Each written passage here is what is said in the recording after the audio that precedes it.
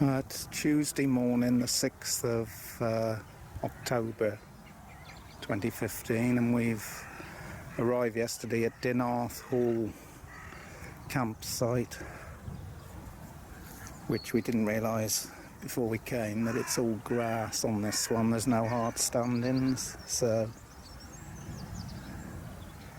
we've had to come on the grass. We'll be alright as long as it don't rain too much, but as you can see, we're in quite a good position again. Not too many about by us. I don't think a lot of the caravans are habited. I think they're left here and they just come at the weekend or something, because there don't seem to be any cars with them. I think they keep them here all the time. So the van's just there on its own on plot 26. It's cost us £18 a night here.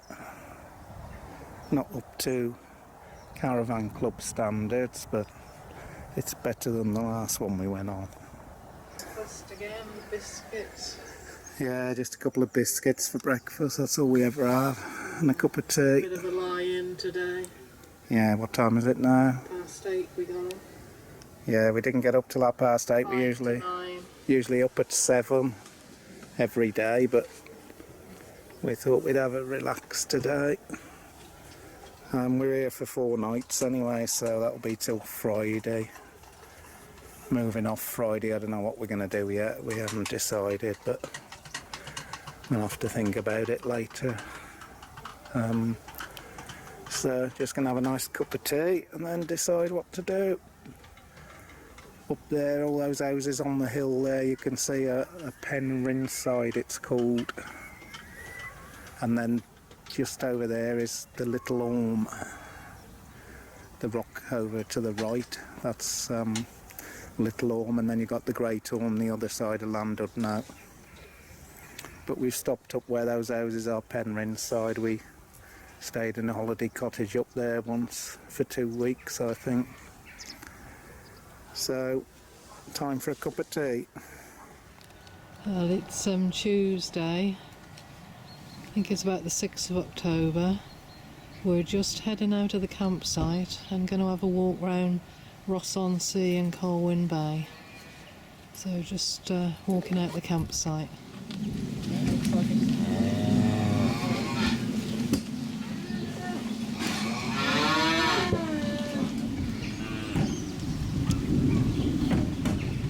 The entrance to Dinarth Hall.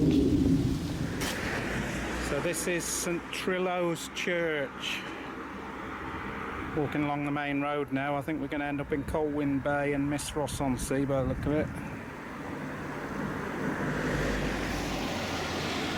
Just a panoramic view across the graveyard to the sea. I think that's the Little Orme on the left there. That's Penryn Bay down in the distance there, and this is Rhos-on-Sea where I'm standing. Now, if it's possible to see, but this is some of the offshore wind farm they're building out here. There's hundreds of turbines out in the sea.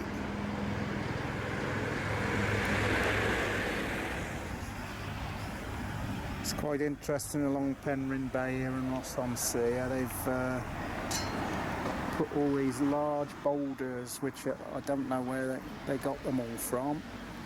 Obviously some quarry, but they're right along for about 2 miles.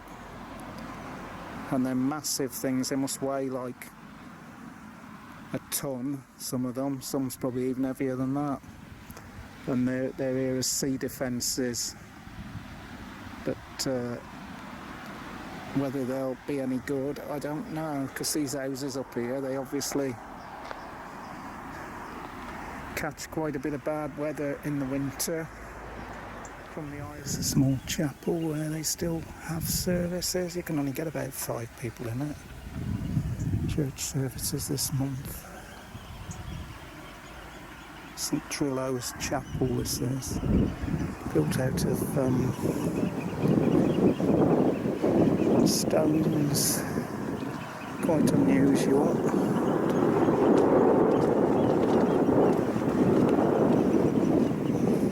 Looks like somebody's put a bit of water out for the dogs.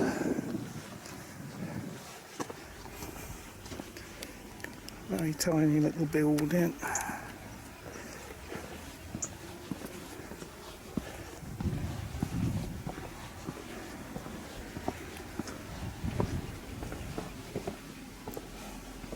Inside, I think there's room for 6 people inside the chapel. As you can see, it's extremely tiny, St. Rhos. And we've got five seats in here.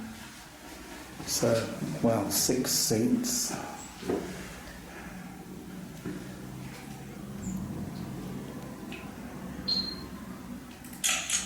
It's quite unusual little chapel.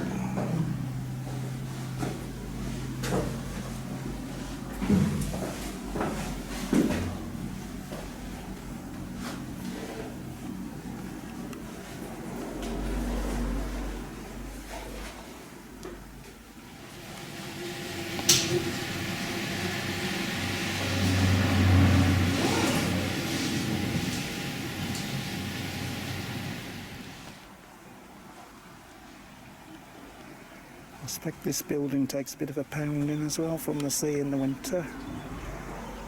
Probably gets quite a bit of spray on it.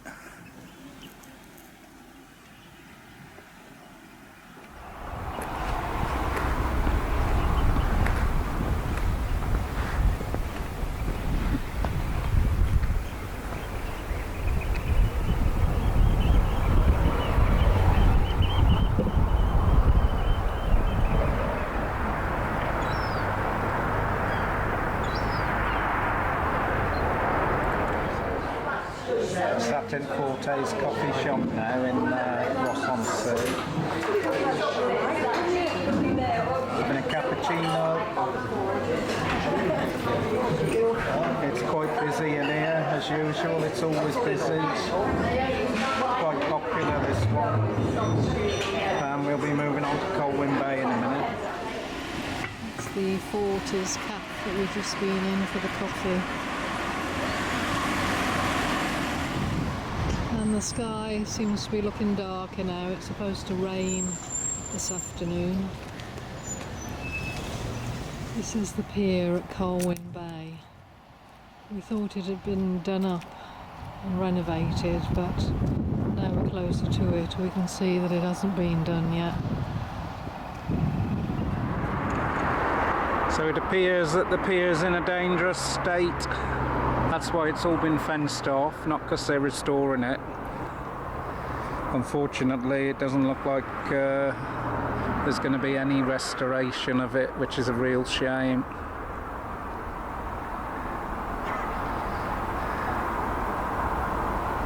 I can see some of the steels down below have totally gone. There's one there, there's nothing left of it. So, unfortunately, no sign of any restoration work at all. Just walking back now nearly to Rhos-on-Sea. As you can see, it's very overcast now and it keeps drizzling with rain.